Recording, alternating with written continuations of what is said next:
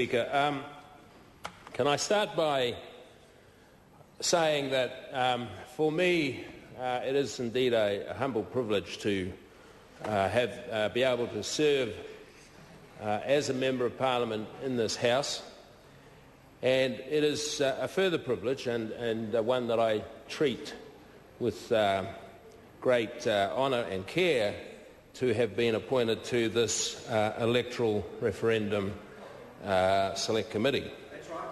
Although I have to say that while I hope to contribute fully to the discussion and decision-making process, I may not be able to say, as one speaker from the other side, Pete Hodgson, said that I was responsible for this and I was responsible for that. And even if I could say it, I can certainly guarantee that I won't be standing here when any next bill is reviewed to be able to say it.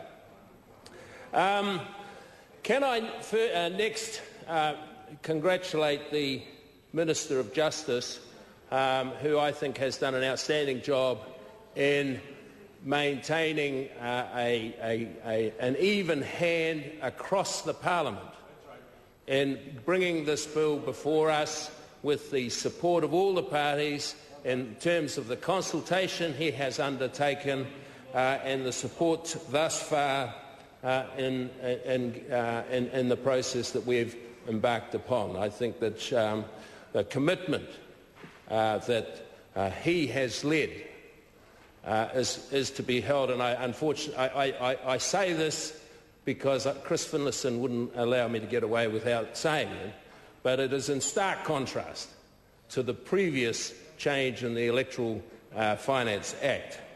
And I can assure the opposition that the same consultation and even-handedness, I'm sure, the Minister will ensure carries on. Obviously, I think, unlike the previous speaker from the Labor, I don't think it's untimely that this review take place. Many, in fact, I think the vast majority of the populace, when MMP came in, were of the view and understanding that there would be a review sooner rather than later. And then clearly people agitated, as time passed by, agitated for that review, and National made that commitment in its election promises, and therefore I think might be the last promise that we made when we went to the people in the 2008 election. It's good that the review takes place. The only real other comment that I want to speak on is to say that the most important thing democracy has is freedom of expression and freedom of speech. And we have heard comments about a spending cap. And I want to say that what is important is that people be able to express themselves freely and frankly in any form they choose, whether that is to contribute by way of money, whether that is to contribute by way of labour, whether they wish to put themselves forward as a volunteer to deliver pamphlets, so be it. And people should not be restricted in doing to be able to contribute in the way they choose. And we sit here and criticise people who choose to spend money as a way of contribution. And for me, if you're going to talk about a cap, then it must be called a value cap, and everything must be valued. Not just the dollars, but let's talk about a value cap, because everything needs to be balanced. And we should not run down people that contribute by way of donations, as far as I'm concerned. And we should, and if that means costing volunteer hours, then so be it.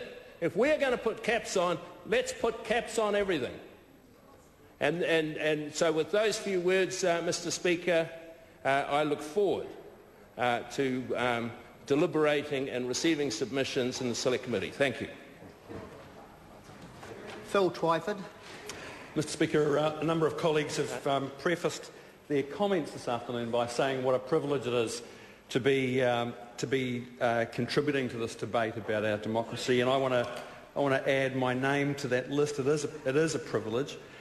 It seems like we've been talking about democracy a lot in recent times. We've been discussing for the last year, really, we've had a kind of a running battle over the future of Auckland's democracy, and I'm very, very aware of how strongly people in my city feel about the changes that are being made to their democracy, to Auckland City. We've also been debating the plight of ECAN, of Environment Canterbury, where elections have been suspended for 3.5 years. Feelings are running high in Canterbury right now. And looking further back, this debate and this consideration of this bill really comes against the backdrop, I think, of the 2005 election and the chain of events that a number of colleagues have already referred to, which saw the hollow men, as we've come to know them, and particularly the exclusive brethren, spend upwards of $1 million trying to buy the result of an election campaign. Since then, the rather unhappy progress of the Electoral Finance Act, and to my mind, sir, the really unfortunate failure of this House to build a lasting consensus around the need to limit the influence of big money in our political system. So that's the backdrop, and my colleague Charles Chauvel has already commented about Labor's view that this review is perhaps premature, but I wanted to add my voice to those, nevertheless, who have recognised that the Minister of Justice has